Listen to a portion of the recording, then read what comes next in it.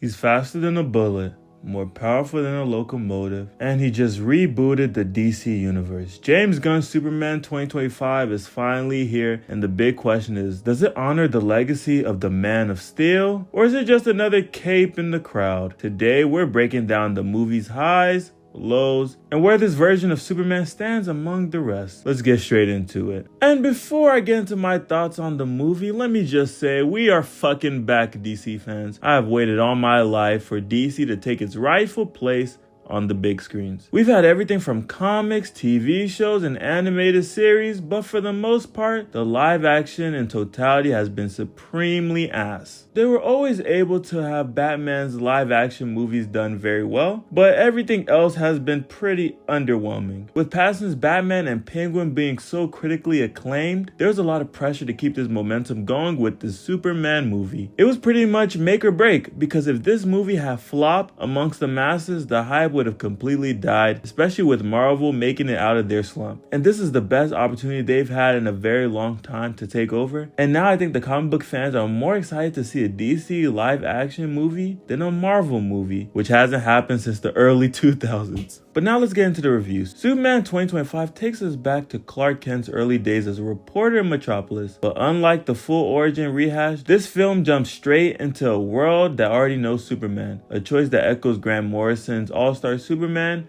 and John Byrne's Man of Steel 1986 reboot. We get a balanced look at both Clark and Superman this time, not just about him saving the world, but the fact that he belongs to it. And I loved everything about this. It was pretty important to fix the perception of Superman to the average fans, because even though Man of Steel was an excellent watch, it did irreparable damage to the way fans looked at Superman. They basically turned this dude into a Homelander, making him evil when Superman is literally the farthest thing from that. James Gunn made him lovable in a sweet way, and this is probably the most human he's felt in a very long time. And the moment I want to pick out specifically from the movie is when he fell on the ground in front of the civilians and they were all just looking at him, but that one guy helped him up back to his feet. And when I tell you I got a little emotional, it brought me into real tears. Now, let's talk about performances. David Cornswell had very massive boots to fill, and surprisingly, his Clark Kent feels more like a blend of Christopher Reeve's charm and Superman birthright quiet alienation.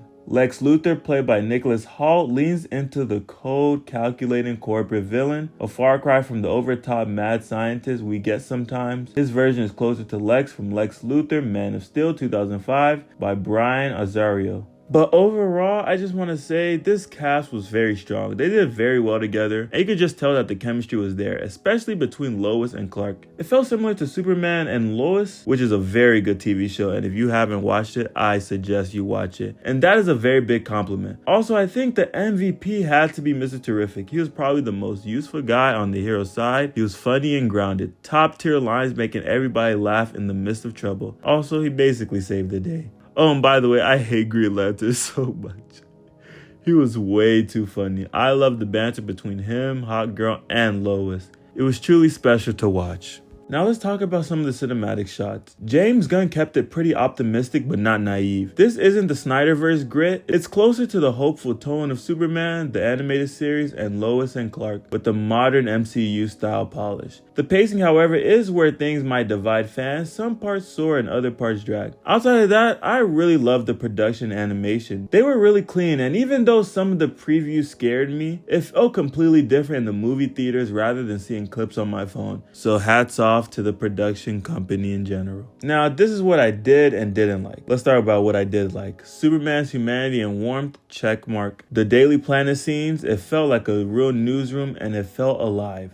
Check mark. And Lex's motivations were grounded in realism. He's very money hungry. He's very power hungry. He wanted wars to sell his equipment. He wanted to take Superman down because he realized everybody was loving Superman and nobody was paying attention to the guy who kept, quote unquote, the city afloat and also everything together, which Lex thought he was doing, when in reality he was causing chaos and war. But you know, since it's Lex, he'll never look at it like he's the villain. but always in his world, he's some sick hero. Now, what I didn't like. Some of the CGI battles felt a little too safe or generic, and I felt this was the best option considering this new age of CGI. People really don't like all the nuances in CGI, but I felt like, honestly, take a risk, but I understand why you didn't because, everybody complains about something, so, you can never be right with the fan. But I thought it was a bit too safe and generic. I want a little more to it, but hey, that's neither here or there. What I also didn't like was the fact that I felt like there was not enough emphasis onto Jimmy Olsen as a character and sometimes even Lois. And that's why when I initially heard it was just only going to be 2 hours long, I knew there wasn't going to be much world building that would happen, but that's fine because we can always get it later. So, I'm not too mad at it.